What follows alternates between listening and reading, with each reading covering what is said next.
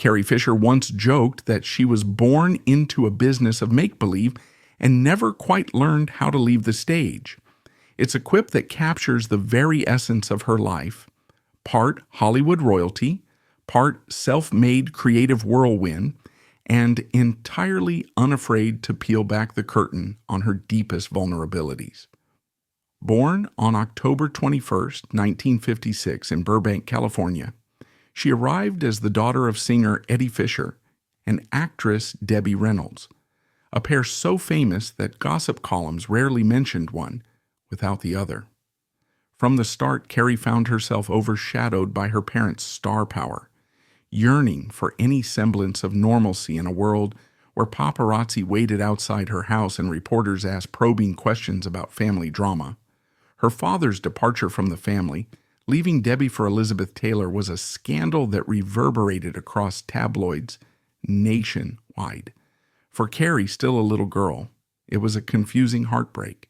She saw her mother soldier on, transforming pain into show-stopping comedic routines, while the press dissected every aspect of their personal lives.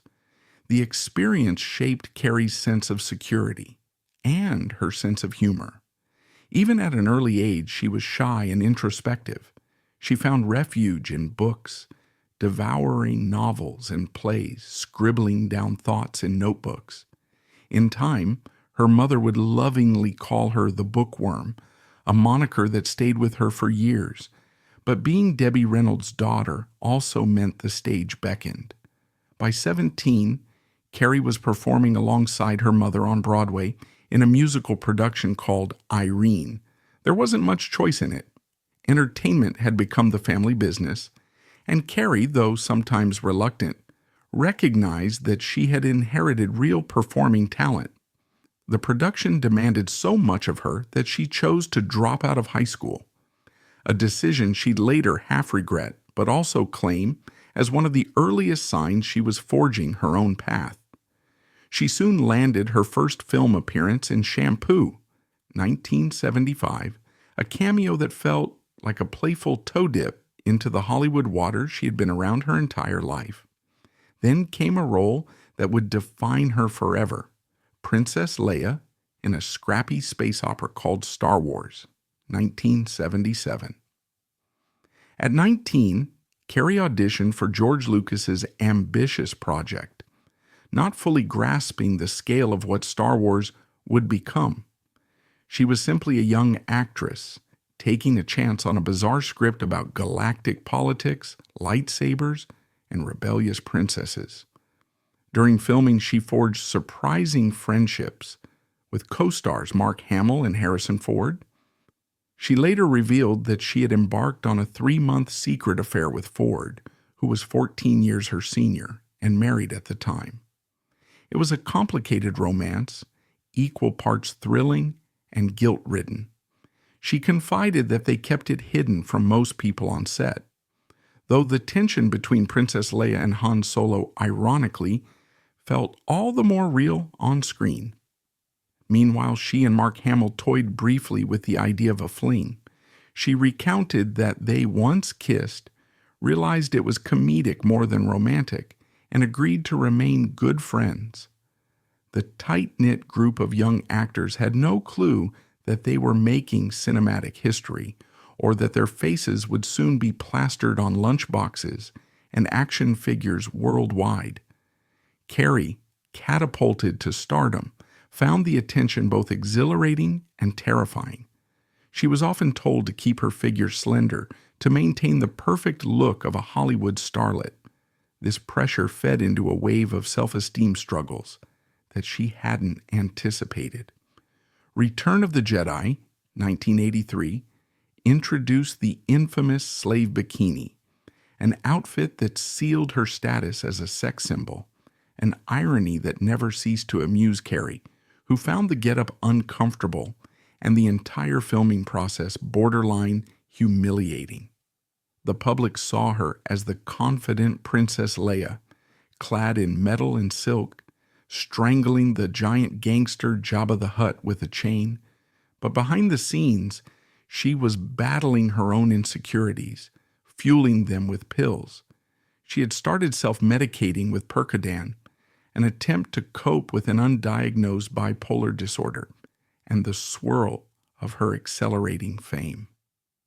Through The Empire Strikes Back 1980 and beyond, her reliance on medication grew. She described it later as a dark slide into addiction. Pills were always available, always offering some fleeting sense of calm. In parallel with her film success, Carrie's personal life was a tapestry of intense love affairs and heartbreaks. Around the early 1980s, she entered an on-and-off relationship with the brilliant but mercurial musician Paul Simon. Their bond was passionate, laced with arguments and reconciliations. They lived together in a Central Park West apartment, sometimes co-parenting Simon's son from another relationship.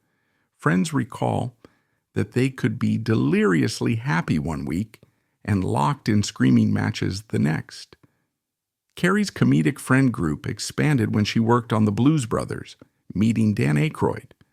According to her own telling, she once choked on a Brussels sprout, and Aykroyd saved her life. Overcome by adrenaline, he proposed marriage on the spot, and Carrie said yes, briefly. Then, just as impulsively, she ended the engagement to return to Paul Simon. It was a pattern she would observe: intense connections followed by abrupt departures. By 1983, she and Simon decided to formalize their relationship with marriage. The union lasted 11 months, culminating in a divorce that didn't extinguish their complicated bond. Even after the split, they circled each other, occasionally reconciling, only to combust again. Carrie quipped that she felt trapped by his controlling brain, but still drawn to his brilliance. Meanwhile, her drug use worsened, culminating in a terrifying overdose. She was rushed to the hospital with a near-fatal emergency. Her stomach pumped. The incident forced her to reckon with the severity of her struggles. She finally sought treatment for her bipolar disorder. Around that time, she realized that her experiences of mania and depression had driven so many decisions in her life. She channeled that self-awareness into writing, her lifelong refuge. In 1987, she penned Postcards from the Edge, a semi-autobiographical novel that revealed the messy realities of addiction, the complexities of growing up in Hollywood, and the enduring love-hate dynamic between mothers and daughters in showbiz. The novel found both critical and commercial success and later became a film starring Meryl Streep and Shirley MacLaine. Though Carrie jokingly lamented she would never be the one recognized for it, overshadowed again by marquee names. The success of Postcards opened up a new path. Carrie became known as a talented script doctor, someone major studios hired to revise screenplays. She polished lines for big films in the 1990s, from Hook to Sister Act to The Wedding Singer, though her contributions often went uncredited. Industry insiders knew her as a sharp mind, capable of injecting warmth and humor into any script, especially those that needed a strong female voice. In the early 1990s, she embarked on a relationship with talent agent Brian Lord. They weren't formally married, but they treated each other as spouses. In 1992, they welcomed a daughter, Billy. Carrie felt a surge of hope. Perhaps she could finally have the stable family environment she'd long craved. That hope shattered when Lord left her for another man. It stirred echoes of her childhood trauma, reminiscent of Eddie Fisher leaving Debbie Reynolds for Elizabeth Taylor. Carrie found herself raising Billy as a single parent, drawing on her mother's example to transform heartbreak into comedic resilience. She would talk about it on talk shows, describing the betrayal with a signature brand of wit that made audiences laugh even as she recounted her pain. By 2003, a surprising figure entered her orbit, an unknown ex-soldier named James Blunt. She befriended him, let him stay at her Los Angeles home while he worked on his debut album, Back to Bedlam. She joked about being his American mother. someone who offered a safe place to create. In interviews, Blunt praised her generosity, recounting how her comedic perspective on life helped him navigate the pressures of the music business. Carrie's cameo roles and comedic appearances continued. She popped up in small parts on television, wrote humorous columns about Hollywood's ups and downs, and gained a reputation as an outspoken icon who refused to hide her struggles with mental illness. Then, in 2014, the announcement of a new Star Wars trilogy brought Carrie back to the galaxy far, far away. Fans rejoiced at the idea of Princess Leia returning to the screen in The Force Awakens, 2015, but it also meant fresh scrutiny about her weight and appearance. She bristled at the demands that she slimmed down to meet the Hollywood ideal. "Youth and beauty are not accomplishments," she declared in one interview, slamming the film industry's obsession with physical perfection. She was older, wiser, and no longer willing to passively comply with expectations. Amid the Star Wars renaissance, she penned another memoir, The Princess Diarist, 2016. It drew from diaries she had kept during the original Star Wars shoot. The book ignited headlines by confirming her long-speculated affair with Harrison Ford. She wrote candidly about those 3 months of secrecy, her confusion at being so young, and her bittersweet memories of that connection. Mark Hamill, upon hearing of it, expressed mild jealousy and jest, saying he'd had no clue about the two. He did recall that comedic near romance he once shared with Carrie, something they abandoned because it felt silly. Tragedy struck in December 2016. While flying from London to Los Angeles, Carrie suffered a cardiac episode. Paramedics tried to stabilize her, rushing her to the hospital as soon as the plane landed. Despite intensive care, she never regained consciousness. On December the 27th, 2016, Carrie Fisher died at the age of 60. In a heartbreaking turn, Debbie Reynolds, her mother, reportedly said, "I want to be with Carrie," then succumbed to a stroke the very next day. The double loss stunned Hollywood and the legion of fans who had grown up idolizing Princess Leia and revering Debbie's iconic performances. The official cause of Carrie's death was listed as sleep apnea and other undetermined factors, with mention of various substances in her system, a reminder that her lifelong battles with addiction and mental health had never fully loosened their grip. In the aftermath, her daughter Billie Lourd grieved publicly and privately, hinting that her mother's openness about her struggles helped many people worldwide. Billie chose to celebrate Carrie's spirit rather than mourn in silence. A joint memorial service was arranged for Carrie and Debbie, culminating in the placing of some of Carrie's ashes in an urn shaped like a giant Prozac pill, a whimsical tribute to her forthrightness about mental health. People recalled an anecdote about a cardboard Princess Leia cutout in Carrie's home on which she had scribbled her own birth date and a hypothetical date of death eerily close to her real passing. In the wake of Carrie's death, tributes poured in from around the globe. Harrison Ford praised her fierce intelligence and wit. Mark Hamill called her irreplaceable, describing her as a handful, but in the most charming and luminous sense. Hollywood recognized her not merely as Princess Leia, but as a writer, script doctor, comedic legend, and an advocate for mental health.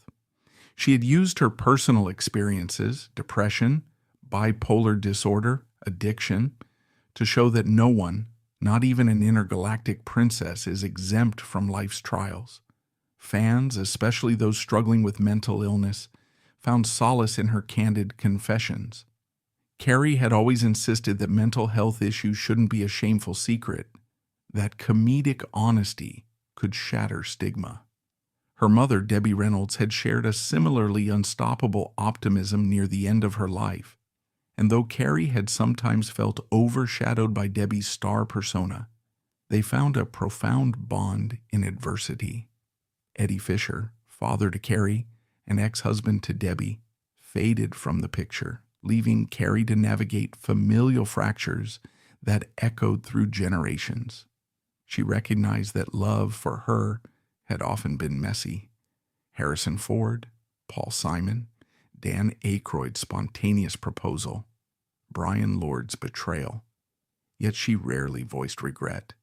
She simply accepted that heartbreak was part of her story, just as it had been for her mother. Carrie's final appearances in the Star Wars saga gave fans a chance to see her playful glint one last time, bridging old cinematic magic with new. She reprised Princess Leia in The Last Jedi, 2017, thanks to footage shot before her death, and it stirred an emotional wave among audiences. Her daughter Billie joined the cast, symbolically continuing the Organa and Fisher legacy. The diaries from her youth, detailed in The Princess Diarist, remain a testament to her raw honesty. While the world saw a confident star, those diaries revealed a sensitive soul searching for approval, love, and identity under the spotlight. Outside of Star Wars, Carrie's comedic approach spanned cameo roles in Family Guy, The Big Bang Theory, Entourage, and more. She never hesitated to poke fun at her image, turning Carrie Fisher into a comedic persona that paralleled, but never fully merged with, the real her. She also poured energy into championing mental health awareness. In interviews, she would sometimes slip into a comedic monologue about mania, describing how her mind raced, how addiction crept in. She believed that by speaking plainly, she might help others confront their own battles without shame. Throughout the 1990s, her skill as a script doctor flourished. She was a behind-the-scenes force, rewriting lines that needed a woman's perspective or comedic flair. Directors and producers admired her ability to salvage a weak script, though she rarely received official credit. She joked that it was the best-kept secret in Hollywood. They bring me in, I tinker, I fix, then I vanish without a name in the credits. Over time, she felt pangs of frustration that people continued to see her primarily as Princess Leia, overshadowing her literary and screenwriting achievements. She found a measure of peace in single motherhood after Brian Lord. She adored Billie, often referencing how the comedic stylings of Debbie Reynolds, Carrie's own mother, shaped her parenting style. "I grew up watching my mother turn heartbreak into punchlines," Carrie said. "I guess I do the same." Indeed, her jokes about Princess Leia's famous cinnamon bun hairstyle were legendary. She'd declare it her least favorite look. "George Lucas never explained why I had to wear that, except to say it looked spacey enough," she said. Meanwhile, she recognized that Mark Hamill, a young man in his early 20s during Star Wars, was dealing with stage fright, and they developed a sibling-like camaraderie. In contrast, her dynamic with Harrison Ford carried an undercurrent of real tension, mirrored in the banter between Leia and Han on screen. She maintained cameo appearances across pop culture. A cameo in Scream 3 had her playing a character who joked about being mistaken for Carrie Fisher. In an episode of Sex and the City, references to her were made. In video games, animated series, and beyond, the Carrie Fisher brand kept popping up. And behind the witty remarks, the comedic appearances, and the confessional style, she was championing a deeper cause, the fight to destigmatize mental illness and addiction. She regarded each comedic anecdote as a way to open the door for serious conversations. In the end, it was this dual identity that defined Carrie Fisher, the unstoppable princess in a galaxy far, far away, and the fierce real-life survivor who championed self-awareness and honesty. She stepped onto red carpets in regal gowns, but also sat in rehab centers, writing about the ghosts in her mind. She threw lavish Hollywood parties, but also offered her home to struggling artists like James Blunt, opening doors for new creativity. She was simultaneously the daughter of Hollywood royalty and the woman forging her own destiny, writing her own lines.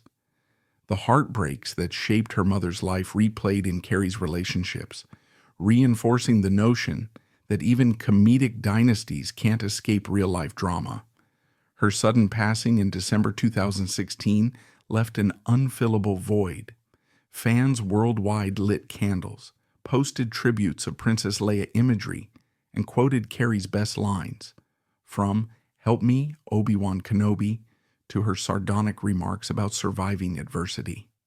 Debbie Reynolds' subsequent death cast a poignant light on the bond between mother and daughter, as though they refused to be parted for long.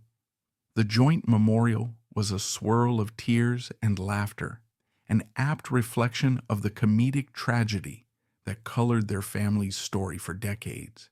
Carrie's ashes, partly housed in that oversized Prozac pill urn, epitomized her approach to life, a wry grin at the darkness, a refusal to let shame overshadow honesty.